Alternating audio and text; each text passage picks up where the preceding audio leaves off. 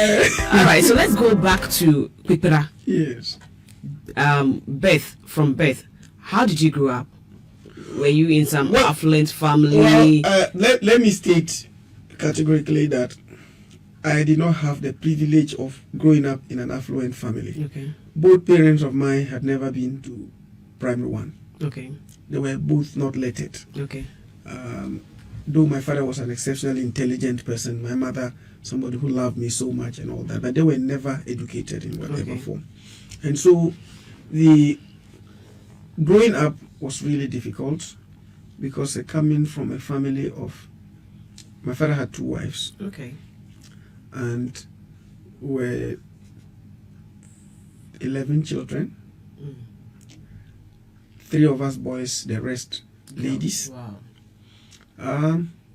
As I speak, our last born is now 40 years of age. Okay. So, growing up at that rural setting. If your last one is 40 years, were you closer to the last one?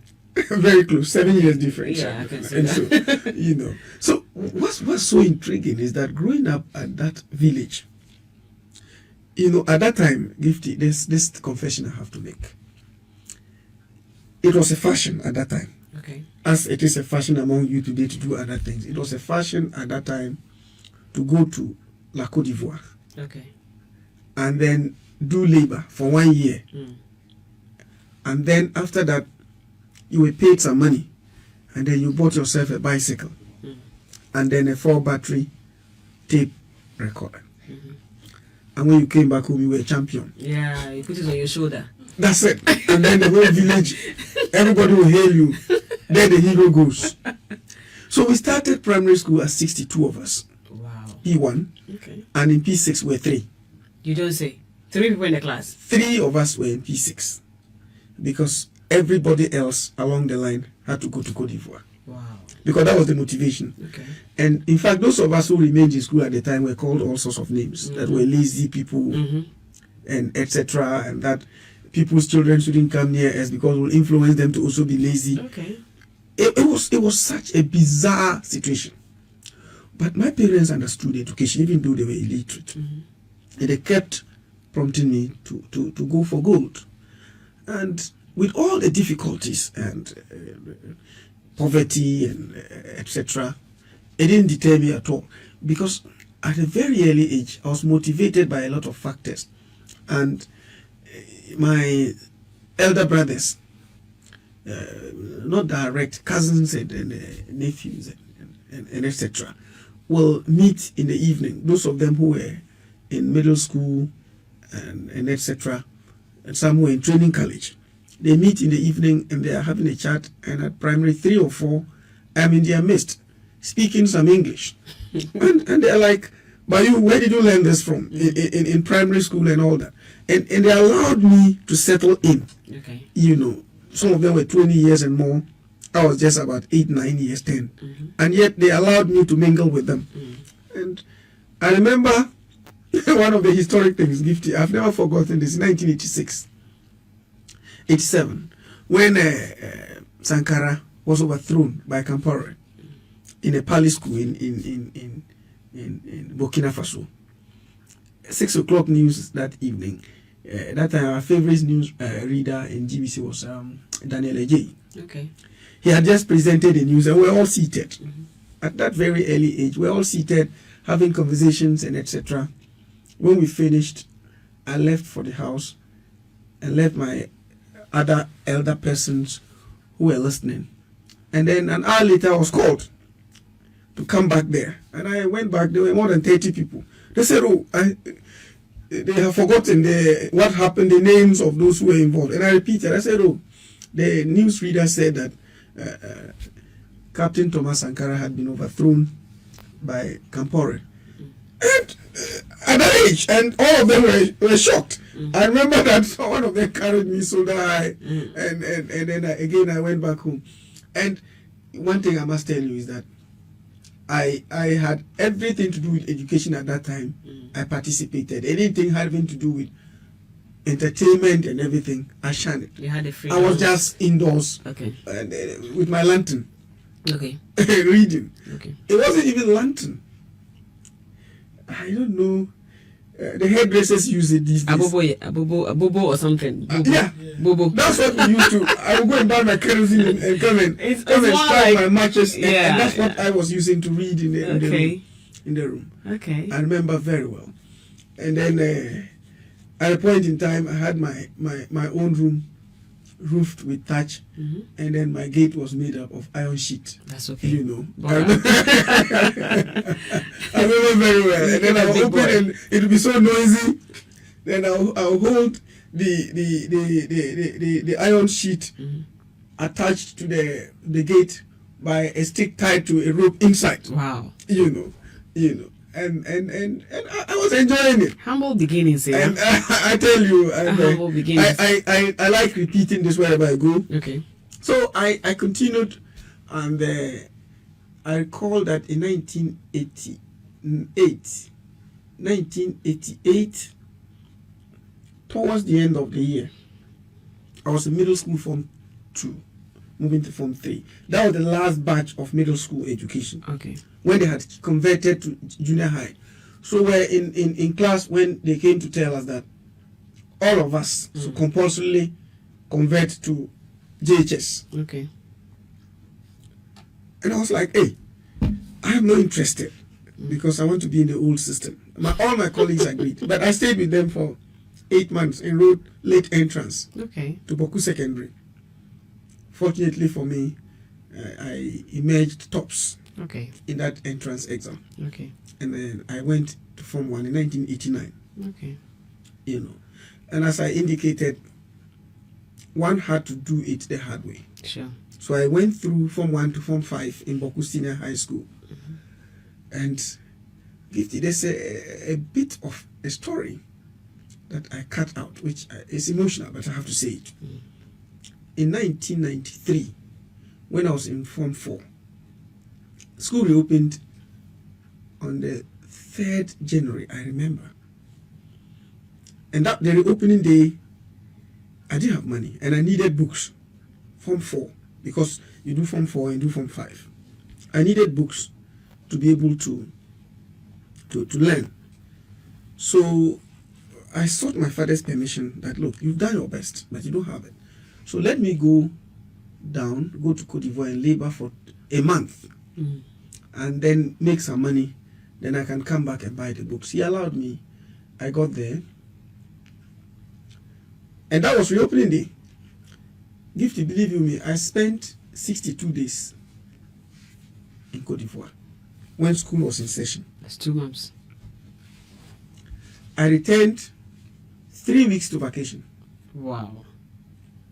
I went to school.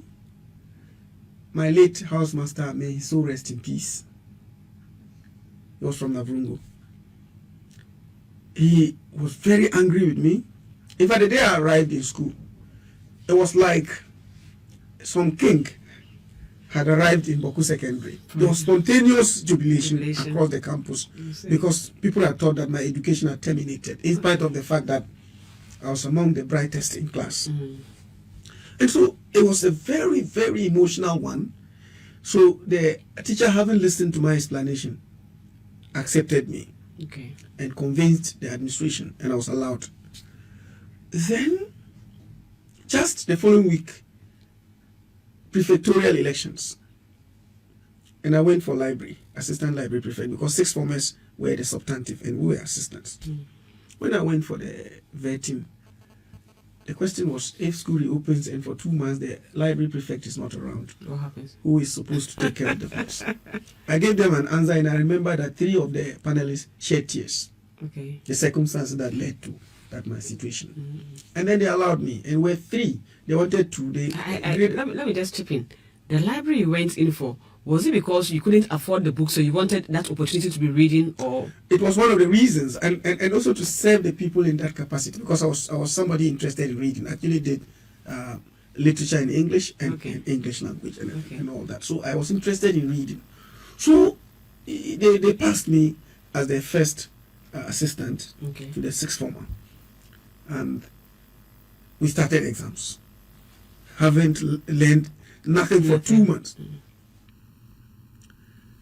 Believe you me, the least grade I got in that exam was 73. Wow. And my colleagues in class celebrated it with me at that stage. And so from there, when I finished in 1994, again my scripts were neat. I got Division 1 at that time in Mokusek. And the cry back home by my uncles and elder siblings was for me to go to the training college. Okay. Because at that time you had allowance. Okay. So as a poor person, That the is motivation was to go there and use that as a yardstick Yeah. to build yourself. Unfortunately, Gift, you won't believe it, I turned that down. You didn't want to be a teacher? I turned it down. Okay. And that was the beginning of enmity between myself and some senior teachers in my village. Because they said I had turned down the invitation to go to training college. So I decided to go through the long route, sixth form, Ghana Secondary in Tamale, where my late uncle, late Colonel M.M. Achel, was a businessman and a farmer. So I went and did 2 years in Ghana Secondary, came out and passed. Then National Service, I was posted to my alma mater upon request, Boko Secondary. Okay. So I went to teach English language and literature in English. Okay. So I taught there as a national service person for a year, and they granted me part-time for another 1 year. Then they opened Timpani Senior High School Okay. in 1998. So I was contracted to come and teach English there. So you My see, own place. now, I'm coming. You rejected the offer to go to the training college where you could have gotten money. And then you went through the long route and you came back to the classroom. To teach for free anyway.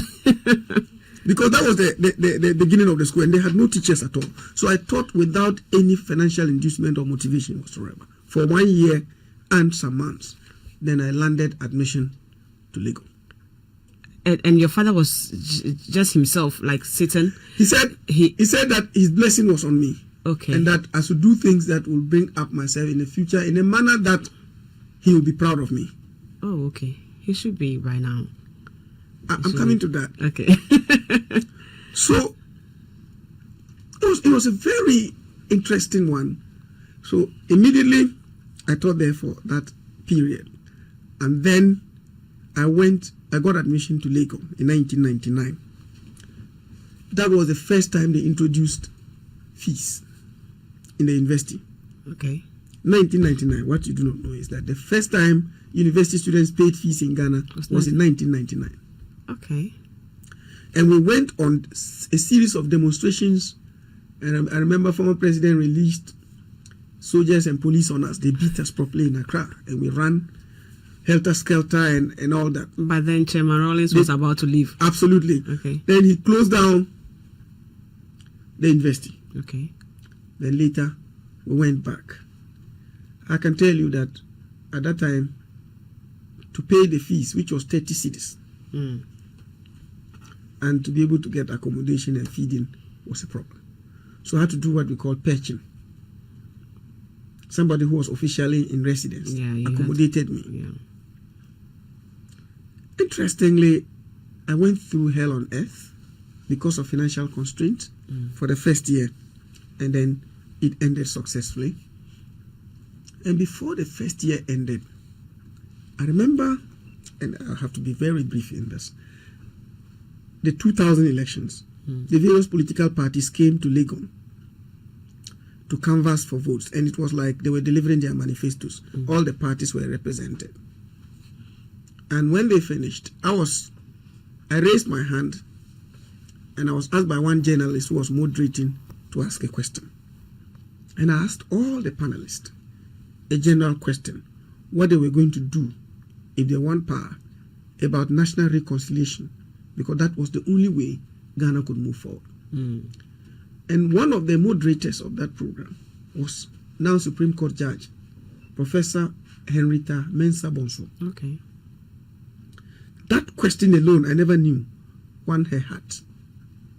So she asked that I repeat my name, and I did repeat it. Then after that, she advertised that those who were interested in scholarship by civil aviation should apply to her office. And I did apply and went for the interview.